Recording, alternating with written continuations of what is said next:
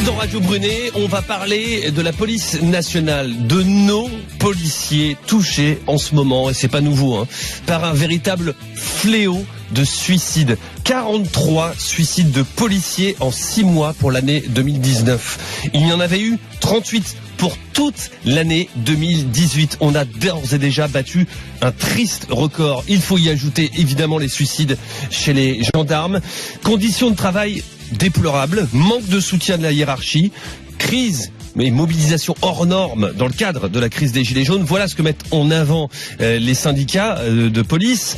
Mais ce qui est sûr, c'est que le gouvernement, lui, est bien silencieux sur ce fléau.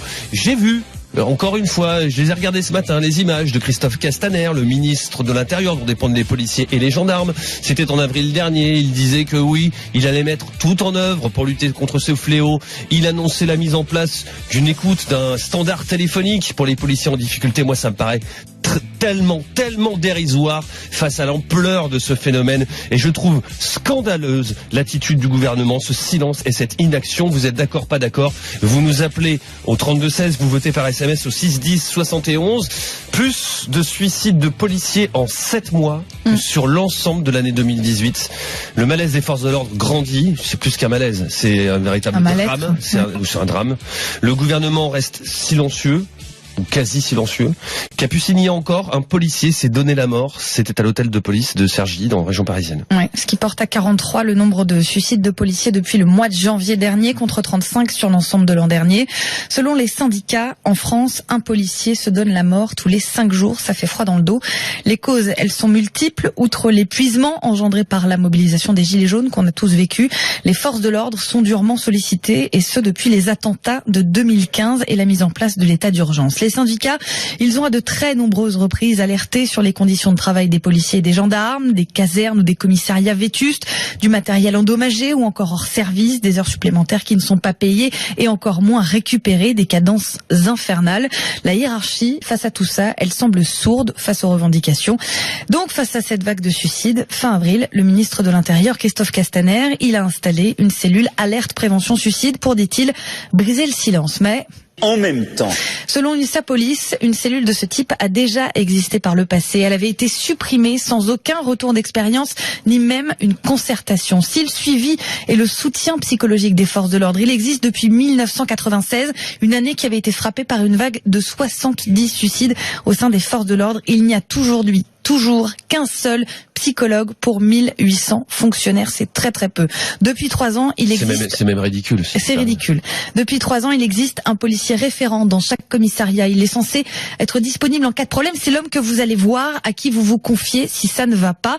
Le problème, c'est qu'il n'est pas formé pour gérer une crise, encore moins pour vous aider, et il ne bénéficie d'aucun jour de détachement pour être disponible à 100%. Aujourd'hui donc, le syndicat Alternative Police, il va tenter une nouvelle fois d'alerter le gouvernement en donnant cet après-midi au ministre de l'Intérieur, Christophe Castaner, un livre blanc avec à l'intérieur 50 recommandations pour améliorer le quotidien de la police française. Merci beaucoup, Capucine. Et justement, tu viens d'en parler, ce rendez-vous à 15h, dans un peu moins de 2 heures maintenant, du syndicat Alternative Police avec le ministre de l'Intérieur, avec Christophe Castaner, et Denis Jacob, qui est le secrétaire général justement de ce syndicat, sera avec nous dans un instant dans Radio Brunet. Je vais lui demander ce qu'il va dire au ministre. Je vais lui demander s'il n'est pas, je l'imagine, on le connaît un peu, Denis Jacob, ici dans Radio Brunet, s'il n'est pas un peu en pétard.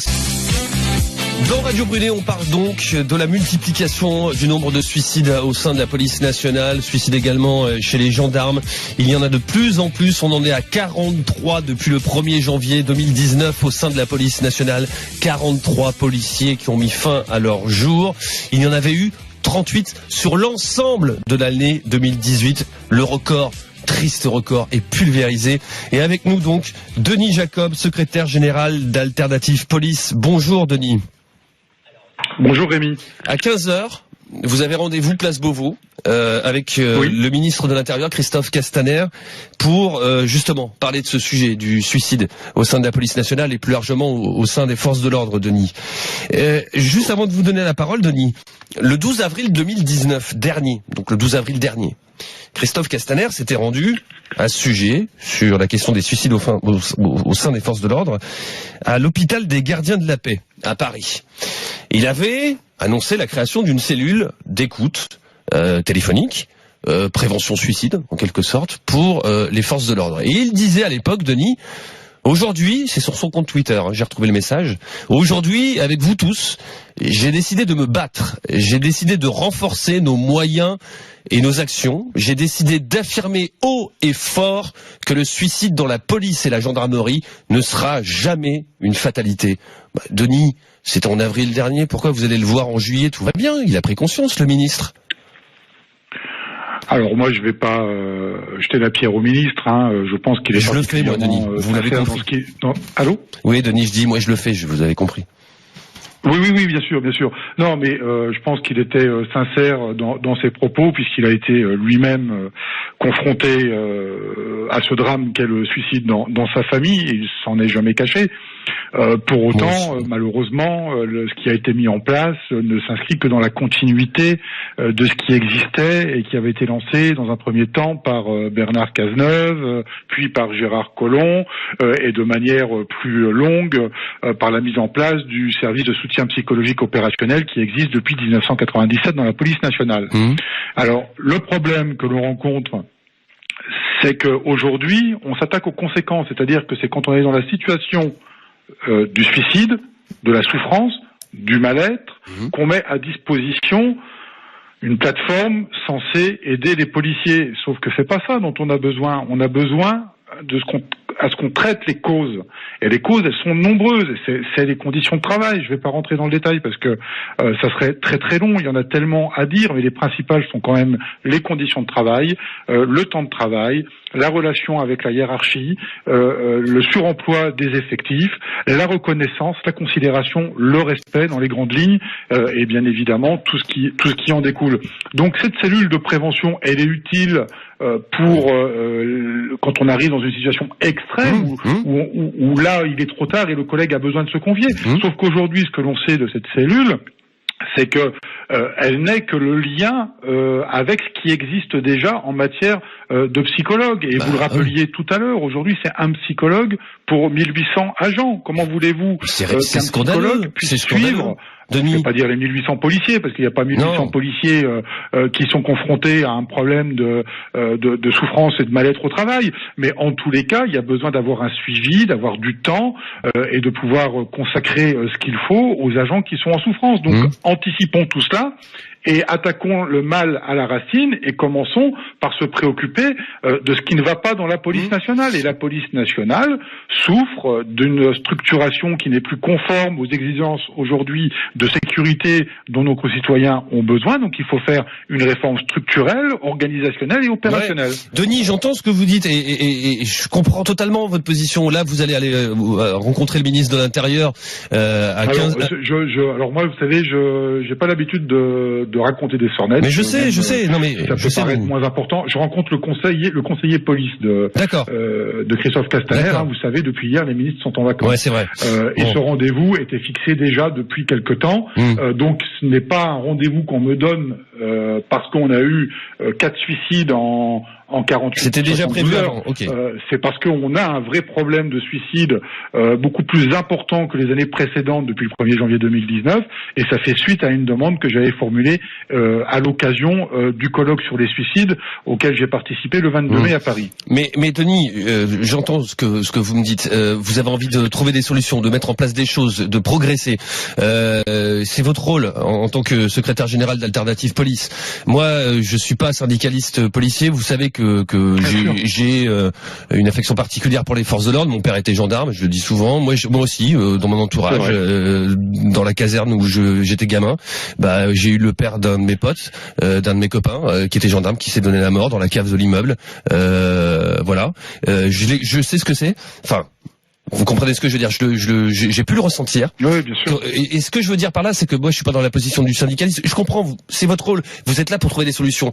Moi, je suis dans l'indignation là, parce que ce que j'entends, Denis, et je comprends encore une fois ce que vous dites, mais je l'entends depuis des années.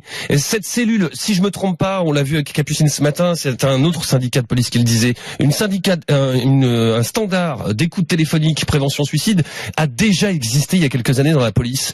Il avait été fermé au bout de quelques temps sans sans concertation, sans comment dire prise de recul. On n'avait fait aucune analyse. Voilà, il avait été fermé. Point barre. Ça fait des années. Mais je vais vous dire pourquoi, Rémi, pourquoi ça a été fermé. Je vais vous le dire puisque j'ai eu l'occasion de m'entretenir avec certains psychologues de la police, mais tout simplement parce que ce ne sont pas les policiers qui sont en souffrance ou qui sont sur le point de se suicider qui appellent.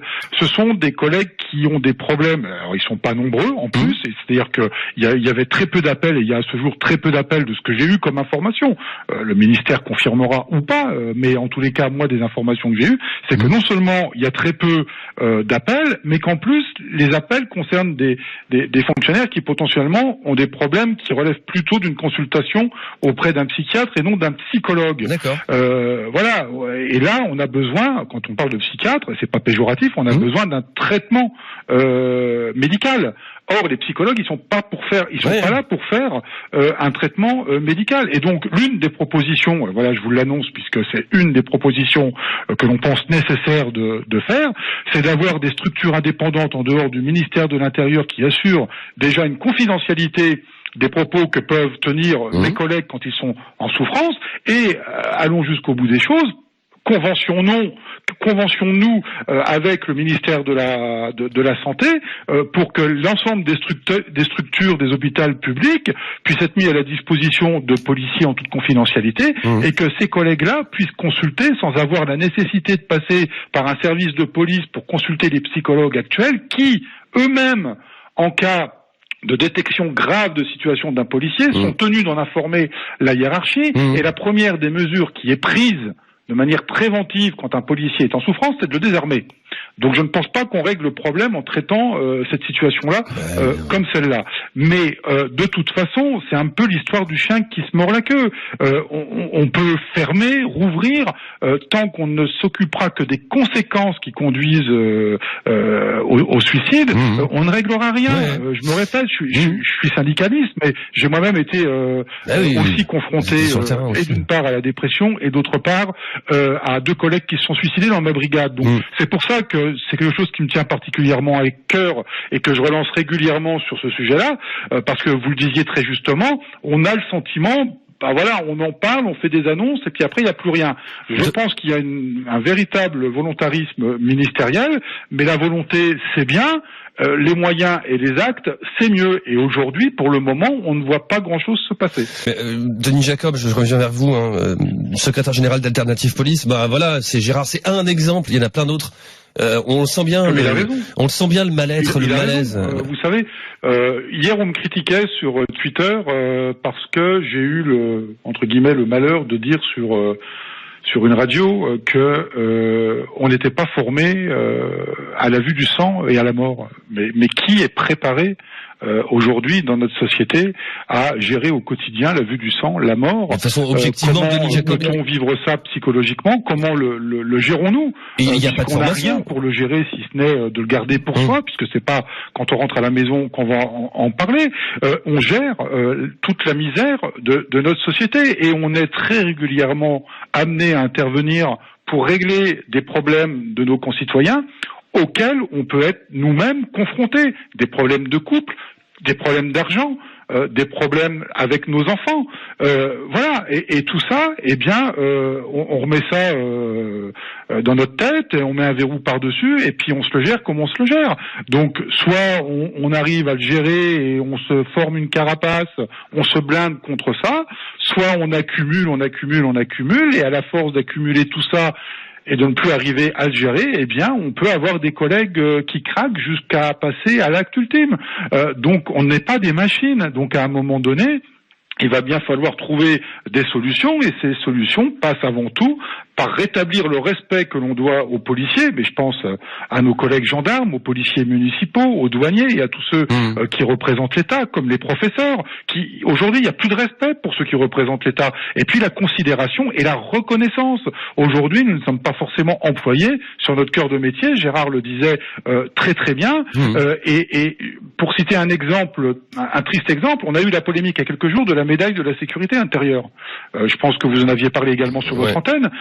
Et quand on prend le nombre de policiers de terrain qui ont reçu cette médaille, c'est moins de 3% du corps qu'ils représentent. On en a moins de 3000 sur 106 000, alors que l'on a vu pléthore de hauts fonctionnaires, de officiers et d'officiers supérieurs de la gendarmerie l'obtenir. Ce n'est pas comme ça que l'on motive et qu'on donne du baume au cœur aux flics pour faire le travail qu'ils font au quotidien, et Dieu sait qu'il est particulièrement difficile. Merci beaucoup d'avoir été avec nous, Denis Jacob, secrétaire général d'Alternative Police. Et puis donc vous avez rendez-vous à 15h avec au ministère de l'Intérieur. Espérons que les choses bougent. On va continuer en tout cas d'en parler dans Radio Brunet dans un instant.